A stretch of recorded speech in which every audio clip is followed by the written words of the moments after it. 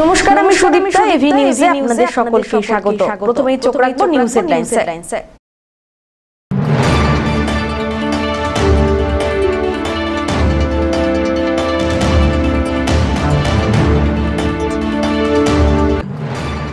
ফের বড় সাফল্য ময়নাগুড়ি থানার পুলিশের, মোটর বাইক চুরির বড় র্যাকেটের পর্দাফাঁস।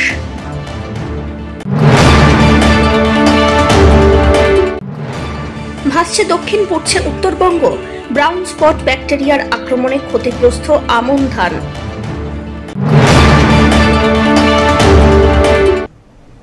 এবার আসছে বিস্তারিত সংবাদে। ফের বড়সড় সাফল্য ময়নাগুড়ি থানার পুলিশের। সোনা চুরির ঘটনা কিনারা করার পর প্রায় 12 দিনের মধ্যেই পুনরায় বড় সাফল্য পেল ময়নাগুড়ি থানার পুলিশ। 3টি বাইক সহ একজনকে গ্রেপ্তার করল পুলিশ। জানানো হয়েছে ধৃত যুবকের নাম দেবু হাজরা, তার বাড়ি ধূপগুড়ি এলাকায়। জানা গিয়েছে গত 15ই সেপ্টেম্বর ময়নাগুড়ির বিবেকানন্দ পল্লী এলাকায় সচিন রায় নামে এক ব্যক্তির বাইক দুপুর বেলায় বাড়ির সামনে থেকে চুরি হয়ে যায়। এমনটাই অভিযোগ করেছেন বাইক মালিক। অভিযোগের ভিত্তিতে তদন্ত শুরু করে পুলিশ। তদন্তে নেমে সিসিটিভি ফুটেজ দেখে অভিযুক্তকে শনাক্ত করা হয়। অভিযুক্তের বাড়ি ধূপগুড়িতে থাকলেও জলপাইগুড়ি সুপার স্পেশালিটি হাসপাতাল সংলগ্ন এলাকায় ভাড়া থেকেই এই দুষ্ট চক্র চালাতো সে। সূত্র মারফত খবর পেয়ে জলপাইগুড়ির কোতোয়ালি থানা এলাকার সুপার স্পেশালিটি হাসপাতাল সংলগ্ন এলাকা থেকে অভিযুক্ত দেবু হাজরাকে গ্রেপ্তার করা হয়। 10 তারিখে ময়নাগুড়ি থানায় একটা অভিযোগ পেয়েছিল সচিন রায় নামে একজন কাছ থেকে কি ওর বাড়ির সামনে থেকে দুপুরবেলা মোটরসাইকেল চুরি করে কোনো পালিয়ে যায়। তারপর আমরা একটা কেস রেজিস্টার করে তদন্ত করতে স্টার্ট করেছি। আর এএসআই কালিদাস বর্মন এই কেসটা নিয়েছিল। ও কেসে তদন্তকালীন একটা সোর্স ইনফরমেশন আধারে একটা রেড করলো। ওই রেডে জলপাইগুড়ি 10 তালা এরিয়া থেকে কোতোয়ালি পিএস আন্ডার উনি একজনকে অ্যারেস্ট করেছেন। অ্যারেস্ট করার পরে জানা গেল কি টোটাল 3 জন মিলে এই পুরো কাজটা করে ময়নাগুড়ি এরিয়া থেকে যে বাইকটা চুরি করার ব্যাপার এইগুলো করে। আর তারপর উনি 3 মোটরসাইকেল রিকভার করেছে। 3 মোটরসাইকেল মধ্যে একটা মোটরসাইকেল হচ্ছে টিভিএস অ্যাপাচি আরটিআর মোটরসাইকেল, এটা রিকভারি হলো হলদিবাড়ি এরিয়া থেকে। তারপর দুটা আর মোটরসাইকেল, একটা হচ্ছে বাজাজ বক্সার আর একটা হচ্ছে হিরো হন্ডা স্প্লেন্ডার, এই দুটা ধূপগুড়ি এরিয়া থেকে করেছে। তারপর আমরা ওনাকে কাস্টাডিতে নিয়ে জিজ্ঞাসাবাদ করে ফার্দার কারা সাথে উনি কাজ করছেন আর কোথায় কোথায় বাইক আছে এইগুলো আমরা তদন্ত করছি। আর ময়নাগুড়ি পুলিশ স্টেশন এই মাসে 8 তারিখেও খুব ভালো একটা ডিটেকশন করেছিল। উইদিন 24 আওয়ার্স আমরা 85 গ্রাম সোনা, 42 গ্রাম সিলভার রিকভারি করেছিলাম। তারপর উইদিন 12 ডেজ আমরা আবার একটা ভালো রিকভারি করেছি, যার মধ্যে আমরা মোটরসাইকেল গ্যাংকে বের করলাম আর অনেকগুলো বাইককে রিকভারি করলাম আর বাদবাকি গ্যাংকেও। দাদা, কবে নাগাদ আপনার বাইকটি চুরি হয় এবং কবে এফআইআর করেন থানায়? আমার এই 7টার সময় মানে গ্রিলের কাজ করি, লোহার কাজ করি আর কি। কাজ করে মানে সন্ধ্যার সময় দোকানের সামনে রাখা হয়েছে। রাখার পরে আমি বাড়িতে যাই, হাত পা স্নান টান করার পরে আইসা পরে দেখি বাইক নেই। পরে আমার সিসি ক্যামেরা আছে আর কি, সিসি ক্যামেরায় পরে আমি দেখি তো 7টা আপনার ওই 40-এর মতো এরকম আর কি ওই টাইমে তখন চুরি হয়েছে, সিসি ক্যামেরা দেখা গেছে। পরে রাত্রে সবাই এসে থানায় কমপ্লেন করা হয়েছে। তো বাইকটা আজকে উদ্ধার হয়েছে, কি বলবেন মনে থানাকে? কি বলবো, না ভালোই হয়েছে। এখন আমার তো মনে করেন আমি কাজ কাম করি, এখন ছোটো ভাঙা টাঙ্গা বাড়ি, আমারও গাড়ি পুরানা গাড়ি, অনেক বছরের গাড়ি, কাজ কাম করি আর কি। গেলে লোহা টোহা টানতে হয়, তাই ভালো হয়েছে মনে করি।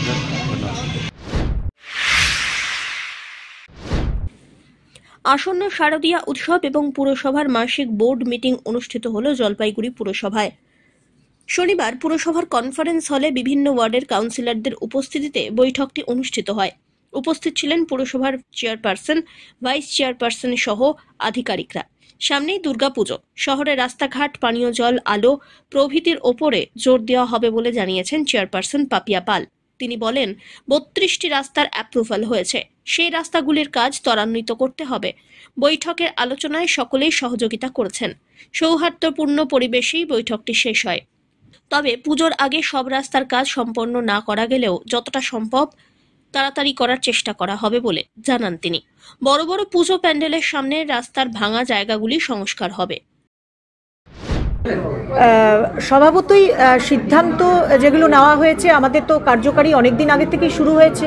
আমরা রাস্তা থেকে শুরু করে পানীয় জল থেকে শুরু করে লাইট থেকে শুরু করে বিভিন্ন ধরনের মানুষকে পরিষেবা দিতে এই শারদীয়ার পর্বে যাতে মানুষের কোনো রকম সমস্যা না হয় সেই দিকে খেয়াল রেখে পুরসভার সামর্থ্য অনুযায়ী আমরা চেষ্টা রেখেছি।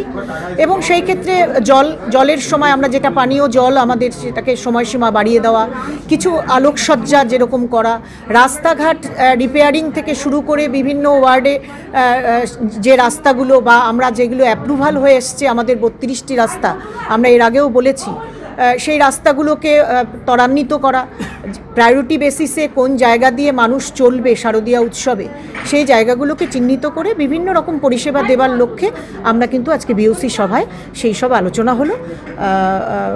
সকলে খুব সহযোগিতা করেছে, খুব সৌহার্দ্যপূর্ণ পরিবেশে আজকের এই মিটিং সমাপ্ত হলো। এই দুটো মিটিংয়েই আজকের এই রেজুলেশন নেওয়া হলো। সমস্ত টেন্ডার প্রক্রিয়া দেওয়া হয়ে গেছে, ধাপে ধাপে রাস্তাগুলো হবে। এখন 32টি রাস্তা, এখনও মাত্র 18 দিন বাকি পুজো। সবগুলো না করা গেলেও প্রায়োরিটি বেসিসে পুজো প্রতিটি ওয়ার্ডে যেমন আমরা কিছু টাকা বরাদ্দ হয়েছে যে পুজো মণ্ডপের সামনে, বড় বড় পুজোর মণ্ডপের সামনে রাস্তাগুলোকে রিপেয়ারিং, সেগুলো সেন্ট্রালি আমরা দেখে নিয়ে আমরা ব্যবস্থা করছি।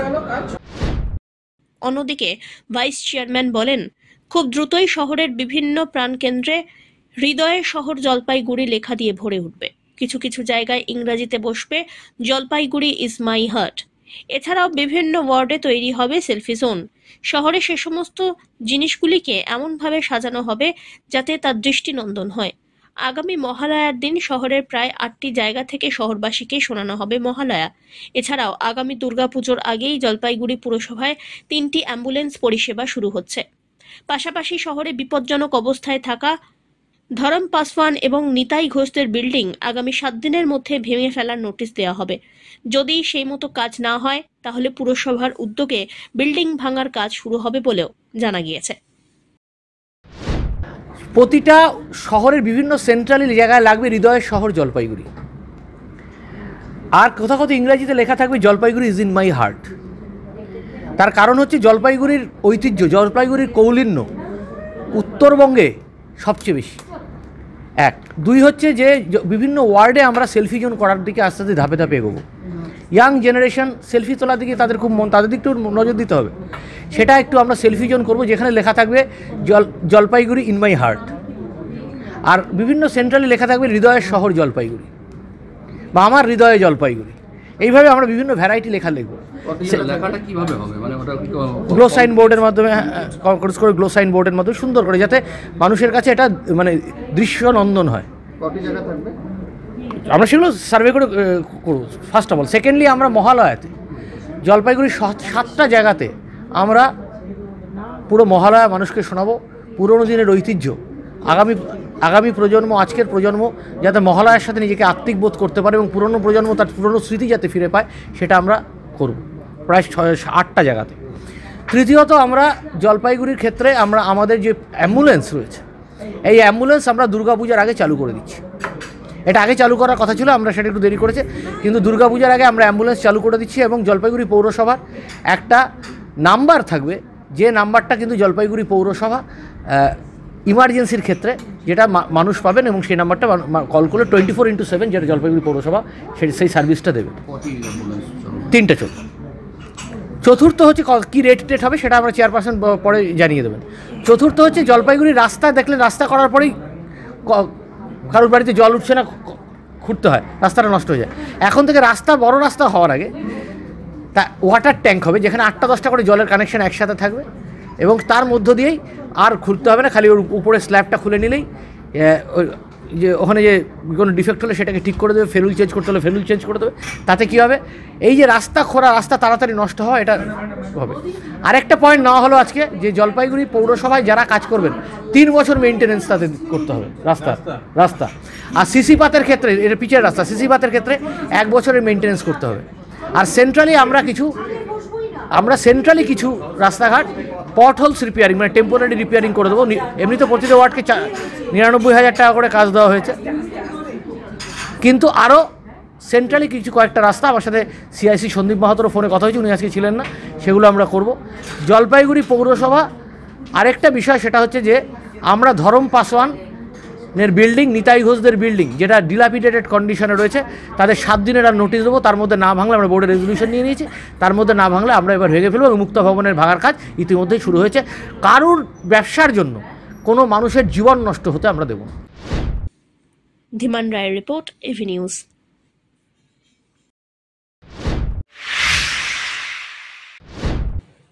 জেলাশাসক এবং পুলিশ সুপারের নির্দেশে শুক্রবার ধূপগুড়ি শহরে নির্মীয়মান পুজো মণ্ডপ পরিদর্শন করলেন মহকুমা শাসক সহ অন্যান্য প্রশাসনিক আধিকারিকরা। এখনো পর্যন্ত বিভিন্ন পুজো মণ্ডপ তৈরির কাজ চলছে। সেই কাজগুলিতে যদি কোনো রকম খামতি থাকে, সেই কারণে আগে ভাগে পরিদর্শন করা হচ্ছে। তবে প্রয়োজনে ভুল ত্রুটি এখনই শুধরে নিতে হবে। পুজো মণ্ডপে প্রবেশ এবং বেরোনোর পথ অনেকটাই চওড়া রাখতে বলা হয়েছে। সঠিকভাবে নির্দেশ মানা হচ্ছে কিনা তা খতিয়ে দেখার জন্যই এই কর্মসূচির উদ্যোগ। মহকুমা শাসকের পাশাপাশি পুর প্রশাসক মণ্ডলের vice chairman Rajesh Kumar Singh, block স্বাস্থ্য আধিকারিক অঙ্কুর চক্রবর্তী সহ অন্যান্য আধিকারিকরা উপস্থিত ছিলেন সেখানে। একই সঙ্গে বিদ্যুৎ এবং অগ্নি নির্বাপক দপ্তরের আধিকারিকরাও সব বিষয়টি সরেজমিনে খতিয়ে দেখেন। আমরা মানে ডিএম ম্যাডাম অ্যান্ড এসপি স্যারের নির্দেশ অনুযায়ী মানে আমরা এই বিভিন্ন যে পূজা পান্ডাল যেটা কনস্ট্রাকশন শুরু হয়েছে সেটা আমরা ভিজিট করছি। অ্যাকচুয়ালি অনেক সেফটির ব্যাপার আছে, এখন ডেঙ্গু বাড়ছে, এইগুলো সব নিয়ে আমরা একটা সচেতন একটা নিয়েছি আমরা উদ্যোগটা। আর আমাদের সঙ্গে আমাদের চেয়ারম্যান ভিসি আছেন, আমাদের ধূপগুড়ি মিউনিসিপ্যালিটি আমাদের সভাপতি ম্যাডাম আছেন, তারপরে ফায়ার থেকে আছেন, WBSCDCL আমাদের বিওমেদ সাহেব আছেন, তারপরে পুলিশ আমাদের আইসি সাহেব, আমরা সঙ্গে একটা জয়েন্ট ভিজিট করছি। তাকে বানানোর আগেই আমরা একবার ভিজিট করলে তাহলে যে পয়েন্টসগুলো আছে যেটা বলা আছে আগে থেকেই, সেফটি কনসার্ন যত আছে সেটা একটু আমরা আগে থেকে বলে রাখছি, তাকে আমরা পড়ে এসে যখন আমরা দেখব যদি মানে যে বলা আছে সেরকমই যেন করা থাকে। ঠিক আছে, যেমন সেপারেট এন্ট্রি এক্সিট থাকতে হবে, এন্ট্রি যে আছে এক্সিটটা একটু বড় থাকতে হবে। ঠিক আছে, এটা মানে বেশিরভাগই আমরা সেফটি দিক থেকেই আমরা কিন্তু দেখছি। সাত সকালেই পুড়ে ছাই হয়ে গেল একটি ভুসি কারখানা। জানা গিয়েছে শনিবার ভোর রাত্রিবেলায় শিলিগুড়ি সংলগ্ন ফুলবাড়ি ইন্ডাস্ট্রিয়াল পার্কের ভিতরে জ্বালানি তৈরির একটি কারখানায় ভয়াবহ অগ্নিকাণ্ডের ঘটনা ঘটে। আগুনে পুড়ে ছাই হয়ে যায় সবকিছু। মেশিন সহ কারখানায় থাকা যাবতীয় সামগ্রী পুড়ে গিয়েছে আগুনে। খবর পেয়ে ঘটনাস্থলে পৌঁছয় দমকলের একটি ইঞ্জিন। প্রায় 2 ঘন্টার চেষ্টায় আগুন নিয়ন্ত্রণে আনা হয়। কারখানার ভেতরে প্রচুর পরিমাণে ভুসি এবং কাঠের জ্বালানি মজুত রাখা ছিল বলে খবর। জানা গিয়েছে এই ভুসিগুলি দিয়ে উন্নত মানের জ্বালানি প্রস্তুত করা হতো। তবে আগুন লাগার প্রকৃত কারণ এখনো পর্যন্ত জানা যায়নি। আগুন লেগেছে কখন? আগুন লেগেছে তো আমরা সঠিক বলতে পারবো না। আমরা ঘুমাইছিলাম, আমরা দেখতে পাইছি মোটামুটি 5টা 5:30টার দিকে। কি দেখেছিলেন তখন? তখন দেখতে স্যার ওখানে আগুন জ্বলতেছে, ব্যাপারটা কি দৌড়াদৌড়ি করতে করতে এইটা, তারপর ফায়ার ব্রিগেড এসেছে। তারপর হ্যাঁ। তো এটা কি তৈরি হতো এখানে? এটা কাঠের ভুসি দিয়ে নাগরির মতন তৈরি, কাঠের ভুসি দিয়ে নাগরির মতন তৈরি হতো, কয়লার মতন সিস্টেম। এটা হচ্ছে আপনার ইন্ডাস্ট্রিয়াল পার্ক আছে না আপনার ফুলবাড়ির দিকে, সেখানে একটা আপনার ফ্যাক্টরি আছে, ওই ফায়ারউড, ডাস্ট ফায়ারউড যেগুলো থাকে সেগুলোর মধ্যেই আগুনটা লেগেছিল। আচ্ছা, কটা গাড়ি এসছে? গাড়ি একটা এসছে, আমার গাড়ির জলে তো হয়নি, এনাদের পাশে সব সিস্টেম করা আছে, যেহেতু ইন্ডাস্ট্রিয়াল পার্ক তো পুরো সিস্টেমটাই করা থাকে এদের, মানে মেনলি আমরা সেখান থেকে জল নিয়ে কন্টিনিউ কাজ করেছি। গাড়ি একটাই এসছে। ক্ষয়ক্ষতি বলতে অ্যাকচুয়ালি মেশিনারি কিছু ড্যামেজ হতে পারে জল থেকে, আর এদের যে সবই তো মানে ফায়ার উড আর ফায়ার ডাস্ট, সেগুলোর ভ্যালুয়েবল তো বলতে হবে না, সেগুলোই আগুন লেগেছে, একটা পার্টে লেগেছে, পুরো না, একটা মোটামুটি একটা পার্টে লেগেছে। আমাদের নিয়ার অ্যাবাউট 4:45 মতন। সব্যসাচী মজুমদারের রিপোর্ট, এভি নিউজ।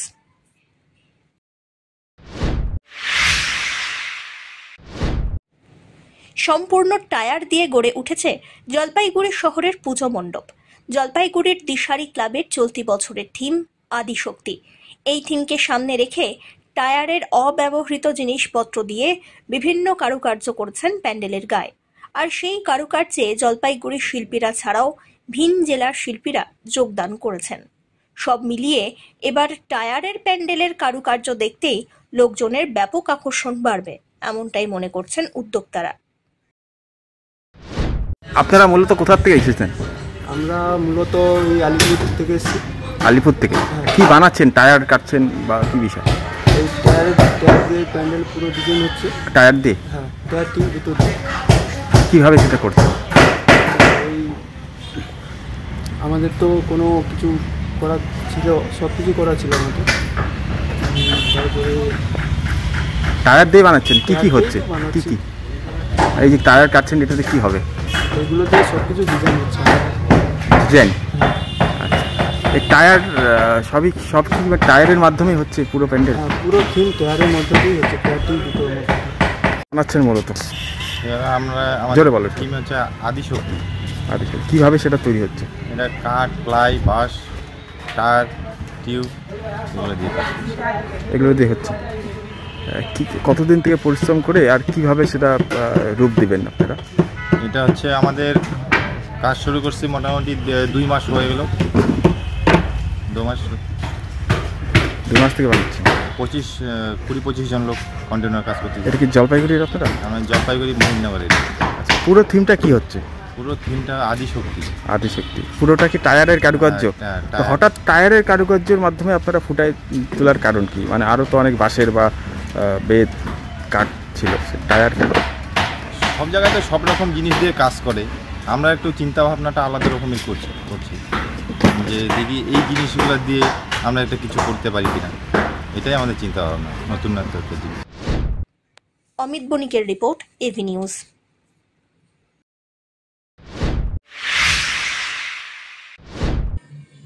ভাসছে দক্ষিণ, পুড়ছে উত্তর। গত অগস্ট মাস থেকে প্রত্যাশিত বৃষ্টি হয়নি উত্তরবঙ্গে। ভাদ্র শেষে আশ্বিনেও গরম বাতাস, পুড়ছে ধানের ক্ষেত, বাড়ছে রোগ পোকার আক্রমণ। জলপাইগুড়ি জেলার সদর এবং রাজগঞ্জ ব্লক জুড়ে বিস্তীর্ণ আমন ধানের জমিতে বাড়ছে মাজরা পোকার হানাদারি। একই সঙ্গে লিফ লাইভ এবং ব্রাউন স্পট ব্যাকটেরিয়ার আক্রমণে ক্ষতিগ্রস্ত একের পর এক ধানের জমি। মাথায় হাত কৃষকদের। এবছর 1,12,000 হেক্টর জমিতে আমন ধান চাষ হয়েছে। তাতে 4,50,000 মেট্রিক টন ধান উৎপাদনের লক্ষ্যমাত্রা ধার্য ছিল। কিন্তু প্রতিকূল পরিস্থিতিতে ধান উৎপাদনের পরিমাণ কমার আশঙ্কা উড়িয়ে দিচ্ছেন না কৃষকরা। এই পোকাতে এটা বলে ধানের মাজরা পোকা। এইটা ধানের যে আমাদের ধানটা হয়, সেই ধানের ভিতরে যে একটা পতন হয়, ধানের ভিতরে একটা দুধ টাইপের, সেটাকে ও চুষে খেয়ে নেয়। খাওয়ার পরে কি হয়, ধানটা হয় মানে চিটা, জমিটা চাল হয় না পরবর্তী। এই কারণে ওই জন্য আমাদের এখন দরকার সরকারি সাহায্য, এই মাজরা পোকা মারার ওষুধ। আর আমাদের তো বুঝতে পারি এবছর চাষবাস খুবই ভয়ানক, কারণ চাষবাসে যে জমি ছিল সেগুলো শেষ, যাও আছে করছি তো এবার মাজরা পোকা। তারপরে যে এই যে ওয়েদার গরম, মাছ শেষ, এই যে নিচে থেকে একটা পোকা জাতীয় ধানের গোড়া কেটে দিচ্ছে, ধান শেষ করে দিচ্ছে এই গরমে। এখন আমাদের ধান খেতে দরকার জল কিছুটা, সেটা তো হচ্ছে না, যার কারণে সবই শেষ আমাদের। সরকারি সাহায্য বলতে হয়তো আমরা যদি অফিসে যাই, আমাদের তো এগুলো কোনো রেকর্ড লেন না, খাস লেন জমি দেয় আর কি। আমার যে হয়তো দরকার 20 প্যাকেট, হয়তো আমাকে দিচ্ছে 2 প্যাকেট। দেখো এই যে ধানে এখন এই খরার জন্য প্রতিটি জমিতেই মাজরা পোকা লেগে গেছে। মাজরা পোকা লাগলে পরে সাধারণত ওই ধান আর ফুলে বেরোয় না, আর ধান হবেও না। মাঠকে মাঠ, গোটা সদর ব্লকে এই খবর পাচ্ছি যে এই অবস্থা হয়েছে, শুধু আমাদের এখানেই না। হ্যাঁ, আমরা এসব নিয়ে কৃষি দপ্তরের সঙ্গে যোগাযোগ, পঞ্চায়েতের সঙ্গে যোগাযোগ করেছি। পঞ্চায়েতের ভায়া হয়ে আমরা কৃষি দপ্তরেও গিয়েছিলাম, তাদের সঙ্গে কথা বলেছি। তারা আমাদেরকে আশ্বাস দিয়েছে যে এখনো পর্যন্ত তাদের কাছে কোনো ওষুধপত্র নেই, আগামীতে আসলে পরে তারা দিবে। এই মাজরা পোকাটা সাধারণত মনে হচ্ছে, আমরা যেটা মনে করছি যে অতিরিক্ত খরা এই গরমের জন্যই হচ্ছে। আর এটা যদি চলতে থাকে তাহলে পরে আগামীতে এই আমন ধানের যে ফসল, এটা ঘরে কোনো কৃষক ওঠাতে পারবে কিনা সন্দেহ আছে। কৃষকদের ক্ষতির হাত থেকে বাঁচাতে জলসেচ, কীটনাশক বিলি করা হচ্ছে। জলপাইগুড়ি কৃষি বিভাগের উপ অধিকর্তা গোপাল চন্দ্র সাহা এমনটাই জানালেন। আগামী কয়েকদিনের মধ্যে বৃষ্টির পূর্বাভাস রয়েছে উত্তরে, তাতে ক্ষয়ক্ষতি কিছুটা প্রলেপ পড়তে পারে বলে আশাবাদী কৃষি দপ্তর। দেখুন, জলপাইগুড়ি জেলায় আগস্ট মাসে যে বৃষ্টিটা নর্মালি হওয়ার কথা, তার মোটামুটি 50%-এর কাছাকাছি বৃষ্টি হয়েছে। তো বৃষ্টি একটা সমস্যা, তার জন্য বিভিন্ন প্লটে, বিশেষ করে জলপাইগুড়ি সদর ব্লক এবং রাজগঞ্জ ব্লকে ধানের প্লটে কিছু কিছু জায়গায় ধরুন মাজরা পোকা বা ব্রাউন স্পট ডিজিজ বা ব্যাকটেরিয়াল লিভ লাইট, মানে পাতা ধসা ব্যাকটেরিয়া জনিত এই রোগগুলো দেখা যাচ্ছে। যদিও এগুলো খুব বেশি পরিমাণে নয়, বিক্ষিপ্তভাবে বিভিন্ন প্লটে আমরা দেখছি। তো আমরা কৃষি দপ্তর থেকে, ব্লক থেকে, সাব ডিভিশন থেকে, ডিস্ট্রিক্ট থেকে আমরা ভিজিট করছি। তো এটা নিয়ন্ত্রণ করার জন্য যে সমস্ত আমাদের কীটনাশক দরকার, সেটা আমরা জেলা দপ্তর থেকে আমরা প্রকিওর করেছি এবং বিনামূল্যে সেটা কৃষকদেরকে সরবরাহ করা হবে এবং প্রত্যেকটা ব্লকে এটা পৌঁছে গেছে। ব্লক থেকে কৃষকরা এগুলো বিনামূল্যে পেয়ে যাবে। এছাড়াও যে সমস্ত জায়গায় আমাদের ক্যানালের জল দেওয়ার ব্যবস্থা আছে, আমরা সেই কর্তৃপক্ষের সঙ্গে যোগাযোগ করেছি, সেখানেও যথাসম্ভব জল দেওয়ার ব্যবস্থা করা হচ্ছে। এছাড়াও কৃষকদের যে সমস্ত আমরা ফার্ম মেকানাইজেশন স্কিমে জল দেওয়ার যন্ত্রপাতি আমরা দিয়েছি, পাম্প সেট, স্প্রিংকলার ইরিগেশন দিয়েছি, সেটাও কৃষকরা ব্যবহার করছেন যতটা সম্ভব জল দিয়ে এই অবস্থাটাকে যাতে আমরা শোধরাতে পারি। আর এছাড়াও আমরা দেখছি যে ফোরকাস্ট আছে, যদি আগামী কয়েকদিনের মধ্যে বৃষ্টি হয়ে যায় তাহলে কিন্তু এই সমস্যাটা একদমই চলে যাবে। Minaki শিলের report, AB news.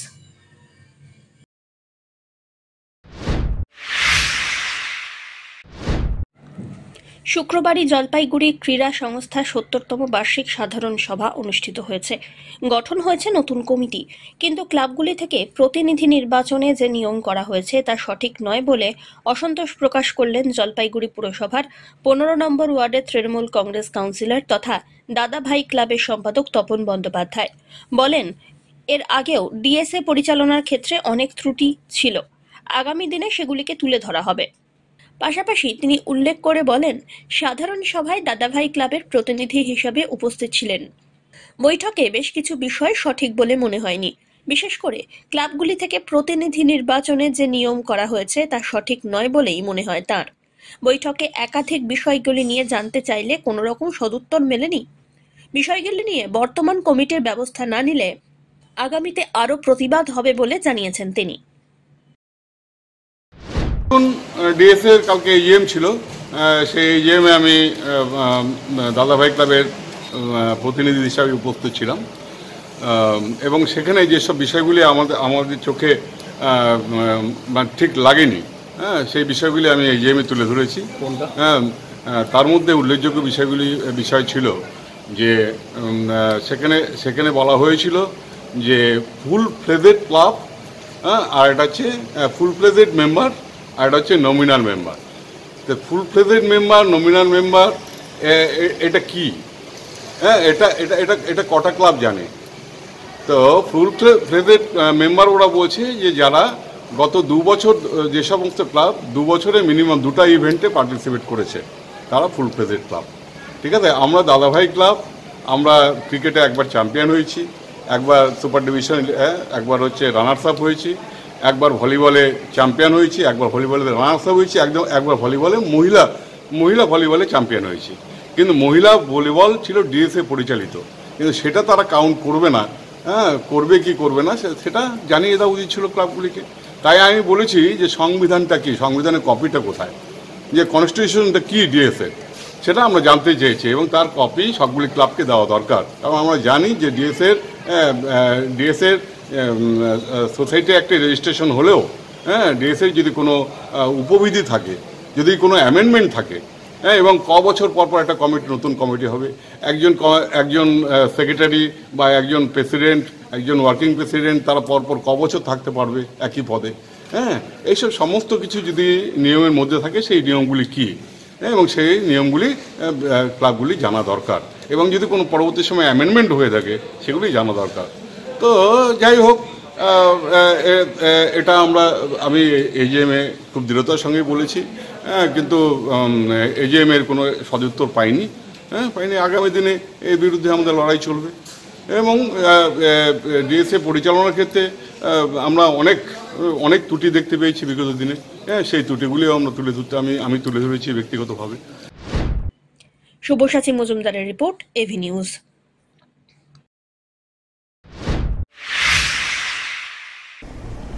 শেষ করবার আগে নিউজ হেডলাইন্স আরো একবার।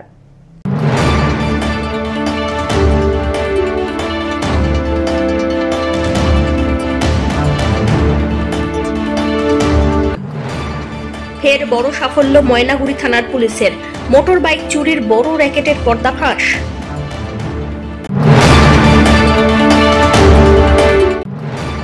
ভাসছে দক্ষিণ পড়ছে উত্তরবঙ্গ, ব্রাউন স্পট ব্যাকটেরিয়ার আক্রমণে ক্ষতিগ্রস্ত আমন ধান।